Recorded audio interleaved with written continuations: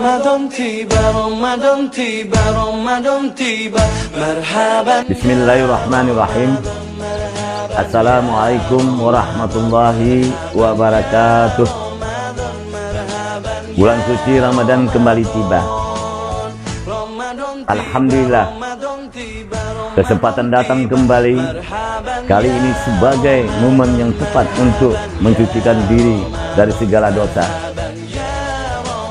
Ramadan adalah bulan di mana kita membuktikan wujud rasa cinta kasih sayang sesama dan bakti kita kepada Allah Subhanahu wa Ta'ala di dalam kesempatan melaksanakan ibadah yang berlipat-lipat ganda pahalanya.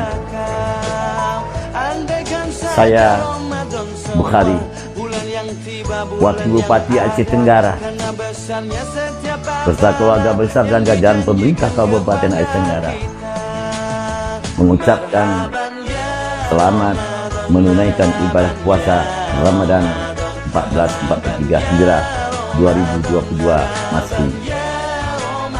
Mencucikan hati dan pikiran serta kuatkan diri dari segala cobaan dan godaan.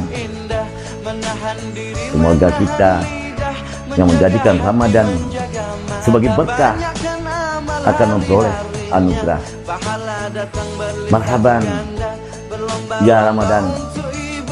Assalamualaikum warahmatullahi wabarakatuh. Ramadan tiba, Ramadan tiba.